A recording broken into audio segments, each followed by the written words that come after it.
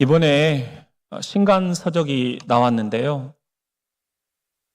의심을 딛고 믿음으로 빌립 라이큰 목사님이 쓰신 책이에요. 미국 필라델피아 제10 장로교회 담임 목사님으로 섬기다가 피튼 대학교 총장님으로 추대를 받아서 지금 학생들을 가르치고 계십니다. 근데 이분이 이 책에서 현대인들이 하나님에 대해 갖는 9가지 의심을 이렇게 정리를 해 놓았더라고요. 첫 번째, 하나님의 말씀이 의심될 때가 있다라는 것입니다. 성경을 그대로 다 믿는 건 불가능해. 여러분은 어떻게 생각을 하십니까? 두 번째는 하나님의 약속이 의심될 때가 있다는 거예요. 상황은 더 나빠지고 시간만 가고 있어. 세 번째 의심은 하나님께 받은 소명이 의심될 때가 있다는 거죠. 자질없는 내게 이 일을 맡긴 건 하나님 실수야. 네 번째 의심은 하나님의 보호가 의심될 때가 있다라는 것입니다. 이 세상에 안전한 곳은 없어. 다섯 번째 의심은 하나님의 포하심이 의심될 때가 있다는 거예요. 가난과 불행에서 벗어날 길이 안 보여. 여섯 번째 의심은 하나님의 공의가 의심될 때가 있다는 거지요. 세상에 만연된 불의와 불평등을 한번 봐봐라. 일곱 번째 의심은 하나님의 돌보심이 의심될 때가 있다는 것입니다. 왜 나를 태어나게 하셔서 이 고생을 하게 하실까? 여덟 번째 의심은 하나님의 치유가 의심될 때가 있다는 거예요. 병을 고쳐달라고 아무리 기도해도 소용이 없네. 그런데 이 빌립 라이큰 목사님이 말하는 하나님에 대한 현대인의 가장 큰 의심은 9번째 의심이라는 겁니다. 하나님의 부활 능력이 의심될 때가 있다는 거예요. 죽은 몸을 부활시키신다고? 말도 안 돼. 오늘 본문 말씀도 바로 이렇게 하나님의 부활시키시는 능력에 대한 의심입니다. 누가복음 24장 38절 오늘 본문 말씀입니다. 시작. 예수께서 이르시되 어찌하여 두려워하며 어찌하여 마음에 의심이 일어나느냐. 사랑하는 성도 여러분, 지금 부활하신 예수님이 11 제자에게 나타나셨어요. 너무 놀랍고 또 무섭기까지 했습니다. 그 성경에 보면은 고스트라고 영어 성경에 나와 있어요. 아, 귀신이네. 제자들은 귀신이라고 생각을 했습니다. 그때 그 예수님이 이런 말씀을 남기신 거예요. 어찌하여 마음에 의심이 일어나느냐. 만일 저와 여러분이 그 자리에 있었다면 우리는 어땠을까요? 3년을 따라다닌 11 제자들이었습니다. 그런데도 예수님을 귀신이라고 생각을 했어요. 우리라고 별반 달랐을까? 제자들도 몰라봤는데. 지난 주일이 부활주일이었습니다.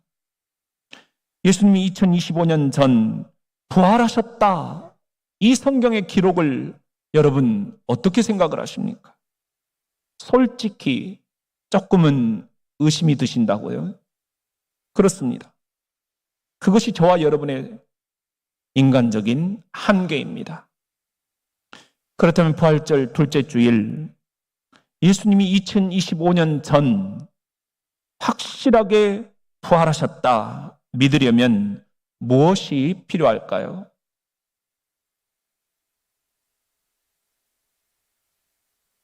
의심 많은 토마가 바로 내 모습이라는 것을 자인하는 것입니다.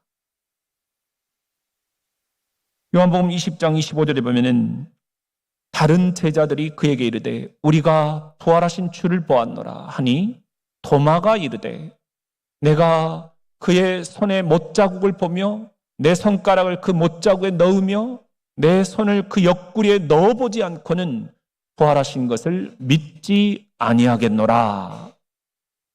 이게 도마의 말이었습니다. 내가 직접 확인해 보지 않고는 못 믿겠다. 그래서 우리는 토마에게 별칭을 갖다가 붙여주죠. 의심 많은 토마. 하지만 이제 우리는 그렇게 그를 부르는 걸 좀 조심해야 됩니다. 26절을 보면 그 이유가 나오는데요. 8해를 지나서 제자들이 다시 집안에 있을 때 도마도 함께 있었다는 거예요. 문들은 닫혀 있었다는 거예요. 그런데 그 닫힌 문 속으로 예수께서 오셨다는 거예요. 가운데 서서 이르시되 너희에게 평강이 있을지어다. 불안에 떨고 있는 제자들에게 샬롬, 평강의 인사를 남기셨다라는 거죠. 제자들은 야 이러다가 우리도 십자가에 못 박혀 죽으면 어떡하나? 문을 꼭꼭 닫아놓고 불안에 떨고 있었습니다. 근데 도마는 달랐어요. 내가 내 눈으로 주님 손의 못자국을 확인해 봐야 되겠다. 그 못자국에 내 손가락을 직접 넣어 보아야 되겠다. 내 손을 창에 찔린 주님 옆구리에 직접 넣어 보아야 되겠다. 그 전에는 절대로 못 믿겠다. 강경하게 의심을 제기하는 도마. 그에게 벌하신 주님께서 뭐라고 하시나요? 27절 상반절에 보면은 도마에게 이르시되 네 손가락을 이리 내밀어 내 손을 보고 네 손을 내밀어 내 옆구리에 넣어보라. 이렇게 말씀을 하고 계셔요. 도마는 그렇게 해 보려고 하다가 깜짝 놀래요. 보니까 진짜 옆구리에 창자국이 있는 거거든요. 손바닥에 못자국이 있는 거거든요. 뻥 뚫려 있는 거거든요. 그때 예수님이 이렇게 말씀하시죠. 27절 하반절에 보면은 믿음 없는 자가 되지 말고 믿는 자가 되라. 아, 내 마음을 어떻게 아셨지? 내 믿음 없음을 어떻게 알고 계셨지? 내가 이렇게 의심이 많다는 것을 주님은 다 알고 계셨구나. 그래서 예수님 옆구리에 손을 넣어 보기도 전에, 아니 이제 넣을 필요도 없었습니다. 큰 소리로 이렇게 고백을 합니다. 28절 시작. 도마가 대답하여 이르되 나의 주님이시요 나의 하나님이시니이다. 직접 확인해 보지 않고는 믿을 수 없다. 의심이 너무너무 많았던 토마. 의심이 깊었기 때문에 확신도 깊었던 토마. 그래서 예수 그리스도를 향해서 나의 주님, 나의 하나님, 인류 역사상 가장 위대한 신앙 고백을 드릴 수 있었던 토마. 다른 모든 제자들보다 믿음이 가장 컸던 제자가 바로 토마였다. 성경은 그렇게 증언을 하고 있습니다. 부활하신 주님께서 토마에게 이렇게 최종적으로 부탁을 하시죠. 29절 시작. 예수께서 이르시되 너는 나를 본고로 믿느냐? 보지 못하고 믿는 자들은 복되도다 하시니라. 사도 도마, 부활하신 주님을 목격한 후에 주 42년 부활하신 예수 그리스도의 복음을 들고 동쪽 땅끝까지, 이곳 한반도 가야국까지 달려왔던 도마. 우리도 사도 도마처럼 우리 인생의 후반전을 이렇게 매일매일 부활에 대한 의심 속에서 살아가야만 되겠습니까? 아니면 부활의 확신 가운데 살아가야 되겠습니까? 부활의 확신 속에 살아가는 저와 여러분이 될 수 있기를 주님의 이름으로 축원합니다. 그렇다면 부활절 둘째 주일, 예수님이 2025년 전 확실히 부활하셨다는 것을 믿으려면 또 어떻게 해야 할까요? 초불확실성 시대, 도마처럼 의심만 하지 말고 믿음으로 대비하는 것입니다. 지지난 주일에 한 학생이 카이스트에 편입을 했다라고 11시 예배에 참여를 했어요. 너무 기특해가지고 카이스트 기숙사에 신방을 다녀왔습니다. 밥을 사주고 새가족 등록을 시켰습니다. 그동안 카이스트에서 4-5명의 청년들이 우리 교회를 왔었어요. 그런데 다 교통편이 너무 힘들다는 거예요. 주일 아침에 일어나는 것도 힘든데 2차, 저차, 지하철까지 갈아타고 오기에는 교회가 너무 멉니다. 그러면서 결국은 카이스트 앞에 있는 대학에 등록을 했다. 그렇게 이야기를 하더라고요. 내 친구 목사님 아들도 카이스트에 왔다가 그렇게 그 앞에 있는 교회로 정착을 했어요. 그래서 이번에 이 친구만은 놓치기가 정말 싫더라고요. 그래서 제가 이렇게 얘기를 했어요. 기숙사 밥만 먹다가 엄마 집밥이 생각나거든. 매주 안 와도 좋으니까 교회 와서 교회 밥 먹어라. 밥을 사주면서 물었어요. 카이스트는 공부하는 게 어떠니? 놀랍게도 너무너무 재밌다는 거예요. 인생의 멘토를 만났대요. 내가 어떻게 앞으로 학문을 해가야 될 것인지 학문의 멘토가 되는 교수님들을 만났대요. 교수진들이 너무 좋다는 거예요. 아, 참 잘 됐구나. 뭐가 그렇게 좋아?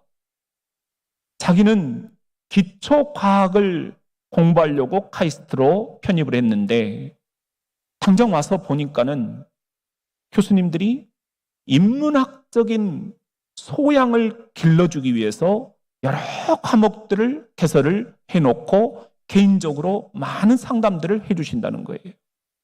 아, 그런 교수님들이 계신다면 카이스트에 희망이 있겠다. 저는 군대에서 자살 예방 쪽으로 특화되어서 일을 했잖아요.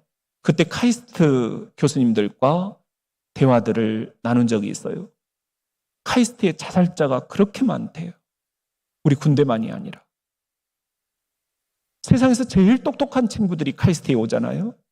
근데 막상 카이스트에 와서 보니까 너무 자존감이 떨어진다는 거예요. 내가 바닥을 헤매고 있는 거예요.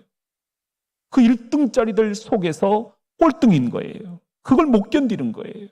그래서 자살을 하는 거예요.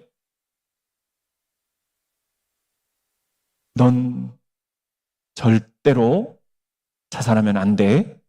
내가 이야기를 했어요. 네. 대답을 하더라고요. 그리고 이 친구에게 이야기를 나누면서 텔레비전에서 카이스트 교수님들이 그렇게 인문학적인 소양을 길러주기 위해서 이야기하시는 것들이 다 이렇게 일맥상통하는 부분들이 있구나. 예를 들면 카이스트 문술 미래전략대학원 서영석 교수님이 이런 말씀을 하셨어요. 오늘 우리가 사는 이 시대는 불확실성 시대가 아니래요. 불확실성 시대를 뛰어넘었대요, 이미. 그래서 초불확실성 시대라는 거예요. 초자가 붙으면 뭐예요? 아무것도 예견할 수 없다는 겁니다. 미래에 대해서 아무도 장담할 수 없다는 거예요. 아무도 믿을 수 없다는 거예요. 아무것도 우리가 믿을 수가 없는 미래 시대가 오고 있다라는 거예요. 그래서 이 미래 시대에 아무도 아무것도 믿을 수 없는 이런 시대를 X 이벤트 시대 이렇게 얘기를 한다는 거예요. X가 붙으면 아무것도 모르겠다는 거잖아요. 모든 게 모르겠다는 거예요. 우리가 X세대라는 말을 옛날에 썼잖아요. 신세대. 잘 모르겠는 거예요. 우리랑 다른 거예요. 생각도 다르고 행동도 다르고 말하는 것도 다르고. 요즘 우리 자녀들, 요즘 우리 학생들 교회 학교에서 다 너무너무 달라요. 그런데 X 이벤트, 어떤 사건이 미래에 펼쳐질지 아무도 모른다는 겁니다. 믿을 수가 없다는 거예요. 모든 게 다 의심투성이라는 거예요. 코로나19 누가 예측이나 할 수 있었습니까? 챗 GPT, 여러분, 누가 이런 시대가 오리라고 상상이나 했겠습니까? 오늘 아침 뉴스 보셨습니까? 영국에서 29세 여성, 그렇게 머리가 아프고 자꾸 기력이 떨어지고 몸이 너무너무 피곤하대요. 병원에 갔더니 의사가 아무 증상이 발견이 되지 않는다는 것. 괜찮다, 그 말 듣고 왔대요. 근데 계속해서 머리가 아프고 자꾸 기력이 떨어지고, 그래서 자기가 챗 GPT에다가 자신의 증상을 물어봤대요. 당신은 혈액암입니다. 이렇게 챗 GPT가 대답을 하더니 깜짝 놀라서 병원에 가가지고 다시 검사를 부탁을 했대요. 의사왈, 내가 놓쳤네요. 혈액암이 맞습니다. 의사보다 챗 GPT가 더 나은 시대, 판사보다 챗 GPT가 더 나은 시대. 여러분, 우리가 이런 시대를 살고 있는 것입니다. AI, 생성형 AI라고 그러잖아요. 어떻게 자발적으로 생성이 될지 모릅니다. 우크라이나 러시아 전쟁, 이제는 현대전의 판도가 달라졌어요. 여러분, 소총 들고 못 싸워요. 탱크 들고 못 싸워요. 뭡니까? 드론이에요. 우리가 얼마 전까지만 해도 드론이라는 걸 상상이나 해볼 수 있었겠어요? 지가 알아서 가서 탱크를 박살내버리는 그런 현대전에 완전히 바뀐 그런 전략, 전술들이 이제 우리에게 필요해요. 북한군이 그걸 지금 배우고 온다는 거잖아요. 우리가 그걸 대비하지 않으면 전쟁에서 지게 돼 있다는 거예요. 이걸 우리가 깨닫지 못하면 안 된다는 거예요. 기후변화, 어떻게 예측이나 할 수 있겠습니까? 지금 이렇게 수많은 산불들 누가 내고 싶어서 내겠습니까? 2시간에 뉴욕을 갑니다. 콩코드가. 누가 이걸 예측이나 할 수 있겠습니까? 급격한 이 기술의 발전들, 무엇 하나 이건 이럴 것이다, 믿을 수 없는 시대가 되었습니다. 이렇게 미래를 믿을 수 없는 초불확실성 시대, 저와 여러분이 그런 시대를 살아가야 됩니다. 아니, 우리 자녀들, 우리 손자, 손녀들은 그 시대를 뚫고 살아가야 됩니다. 안 그러면 퇴보됩니다. 안 그러면 퇴출당합니다. 그러면 이 초불확실성 시대, 저와 여러분, 우리 자녀들, 손자, 손녀들이 어떻게 살아가야 하는 걸까요? 꼭 필요한 게 하나 있습니다. 회복 탄력성이라는 겁니다. 영어로 resilience. 제가 신학박사 영어 시험에서 틀린 문제입니다. 그래서 이걸 잊을 수가 없어요. 야, 이런 단어도 있나? 신학에서요.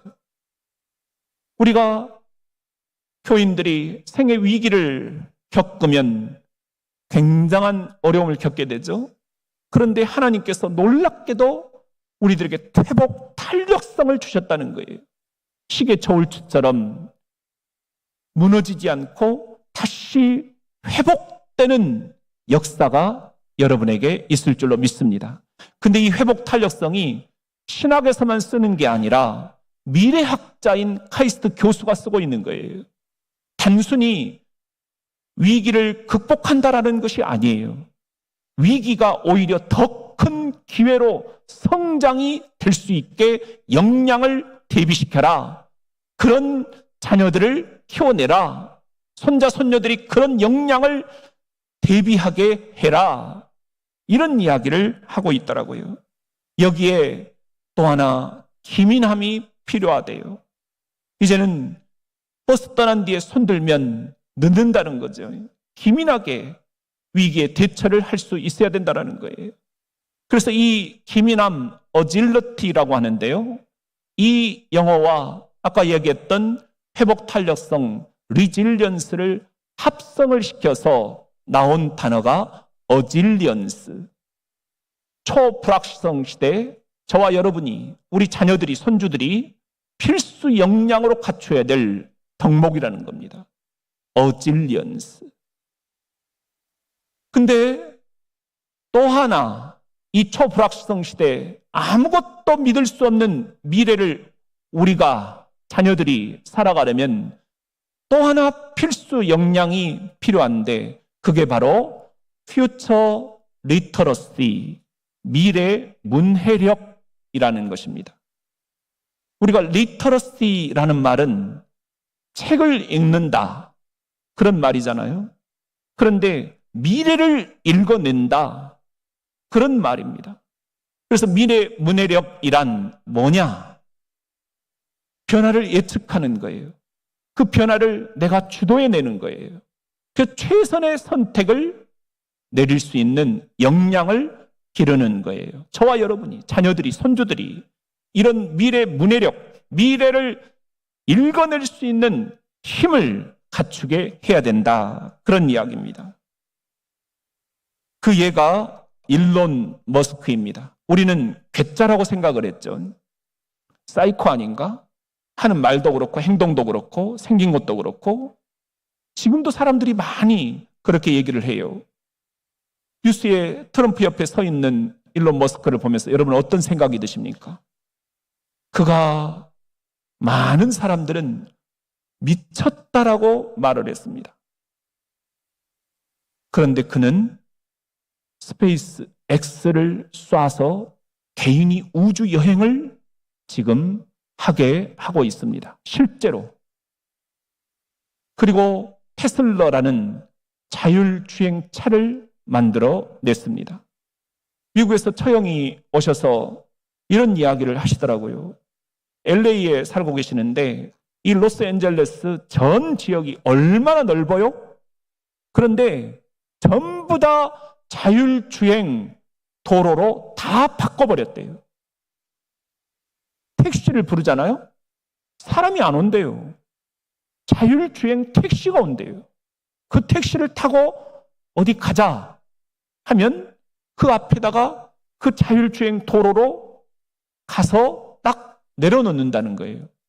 완전히 다 바뀌었다는 거예요. 이런 시대를 지금 우리가 살고 있다는 것입니다. 머스크는 미친 사람이 아니었습니다. 그가 말한 대로 되고 있습니다. 그는 어떤 차이가 있었을까요? 미래 문해력, 미래를 책을 읽듯 읽어낼 수 있는 문해력이 탁월했던 것입니다. 이렇게 믿을 수 없는 미래, 의심으로 가득 찬 미래를 뚫고 나아가려면, 그래서 가장 중요한 것은 나다움이란 무엇인가 질문을 던지는 것입니다. 도마가 바로 이런 질문들을 계속 던진 거예요. 그리고 이 질문들에 확신이 섰을 때 그는 나의 주, 나의 하나님 하면서 인류 최고의 신앙 고백을 주를 향해서 바친 것입니다. 남들 눈치나 보는 것 얼마 못 갑니다. 남들 흉내나 내는 것 얼마 못 갑니다. 예를 들면 저는 목사잖아요. 설교자잖아요. 요즘에는 설교도 챗 GPT가 더 낫습니다. 몇 주 전에 저희 교회에서 영적 독서 모임을 했는데 거기에 오신 목사님이 저희들에게 챗 GPT를 보여주시더라고요. 설교 준비를 하다가 이 부분은 챗 GPT가 뭐라고 하는가 궁금해서, 예를 들면 누가복음 24장 38절 서론, 본론, 결론으로 설교문을 작성해줘, 쫙 나오더라는 거예요. 너무 신기했는데 얼마나 기가 막히냐면 내가 생각하지 못한 설교의 주제까지, 내용까지 쫙쫙쫙쫙 정리를 해내더라는 거예요. 이걸 어떻게 이겨냅니까? 너무 신기해서 그러면 서론, 본론, 결론에 꼭 필요한 예화를 넣어줘. 그랬더니 인터넷의 전 세계 모든 자료들을 이 챗GPT가 다 읽어내잖아요. 그리고는 거기에서 번역까지 다 해가지고 가장 적중한 예화들을 하나씩 집어넣더라는 거예요. 야, 이거 지금 큰일 났다. 목사 못 해먹겠다. 그렇다면 진짜 이제 중요한 건 뭐냐? 남의 이야기 듣는 것, 이제 그것은 안 된다라는 것입니다. 네 이야기는 뭐냐? 설교에서도 내 이야기가 중요해진다라는 거예요. 설교에서도 나다운 설교가 뭐냐? 여러분 신현범 목사 하면 떠오르는 설교가 뭡니까? 어떤 설교의 형태가 나다운 설교냐?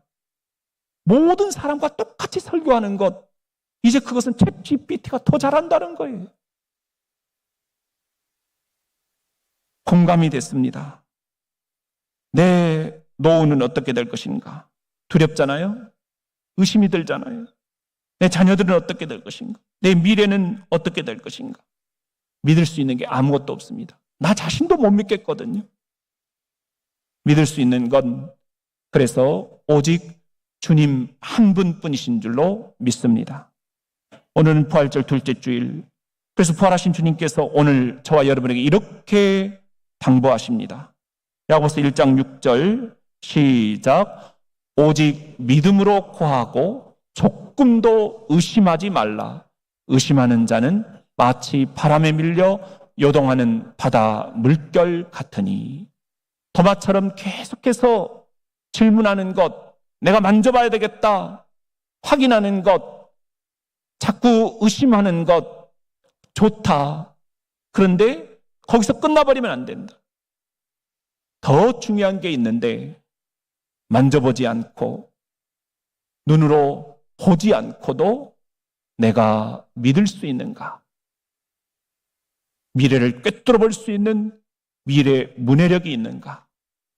저와 여러분에게 부활하신 주님에 대해서 도마처럼 내가 만져봐야만 믿겠습니다. 의심만 하지 말고 주님은 부활하셨다.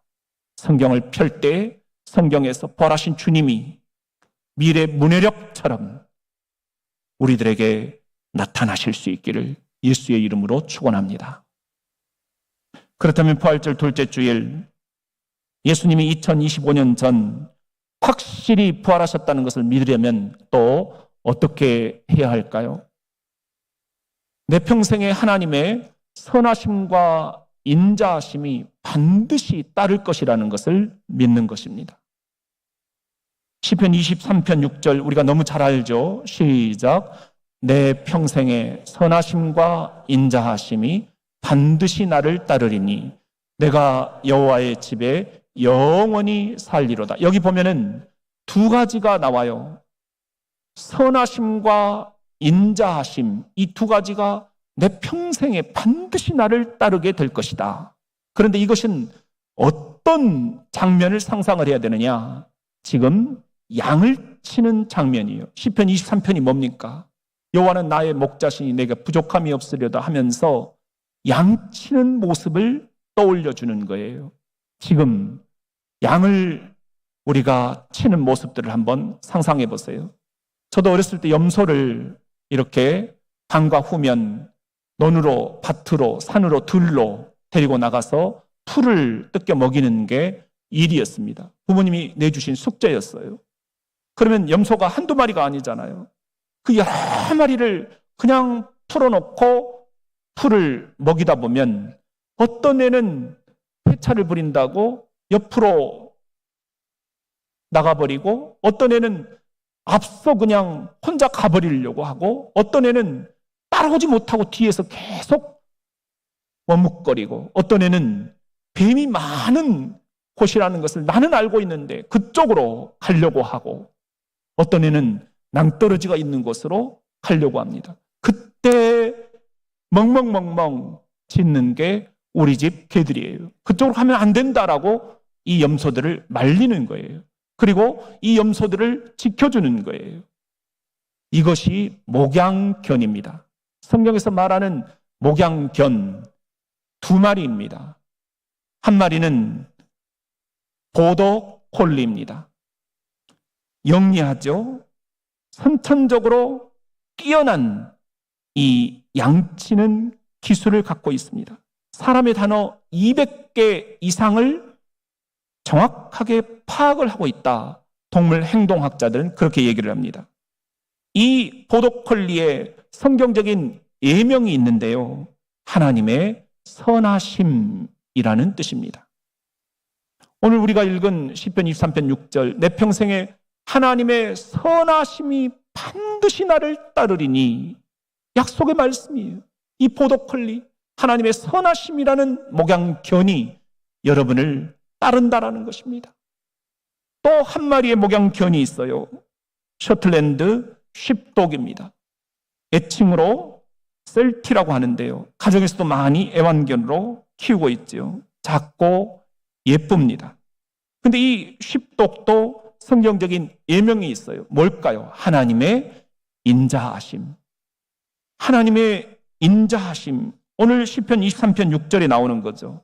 내 평생에 하나님의 인자하심이 반드시 나를 따르리니 하나님의 인자하심이라는 이 쉽독 목양견이 내 평생에 나를 따른다라는 거예요. 미래는 불확실합니다. 아니, 초불확실성 시대를 살아갑니다. 우리가 그런데 우리 자녀들은 어떻게 할까요? 우리는 이러다가 죽어버리면 되는데 하나님 나라 가면 되는데 우리 자녀들은 이 초불확실성 시대를 우리 손자 손녀들은 더더욱이나 이 초불확실성 시대를 어떻게 살아가야 된다는 말입니까? 믿을 건 아무것도 없고 모든 게 의심투성이 나도 믿을 수 없는 그런 미래 시대에 무엇을 믿고 살아가야 한다는 말입니까? 다른 건 다 못 믿어도 주의 말씀은 믿어야 하지 않겠습니까? 주님께서 뭐라고 말씀하십니까? 두 마리 목양견을 너에게 주겠다. 보더 콜리 하나님의 선하심이라는 목양견과 쉽독 하나님의 인자하심이라는 목양견 이 두 마리가 네 평생을 따라다니게 해주겠다. 이 약속의 말씀은 우리가 믿을 수 있어야 하지 않겠습니까? 그래서 복음성가에 이런 구절이 있죠. 나는 길 잃은 나그네였네. 저와 여러분의 자화상입니다. 죄악 중에 헤매이는데 사랑의 왕 내 목자 예수 나를 집으로 인도하네. 진실로 선함과 그 인자하심이 이 두 마리 목양견이 날마다 나와 함께 하시리라. 진실로 선함과 그 인자하심 이 두 마리 목양견이 날마다 나와 함께 하시리라. 영원토록 주 안에 내가 거하리라.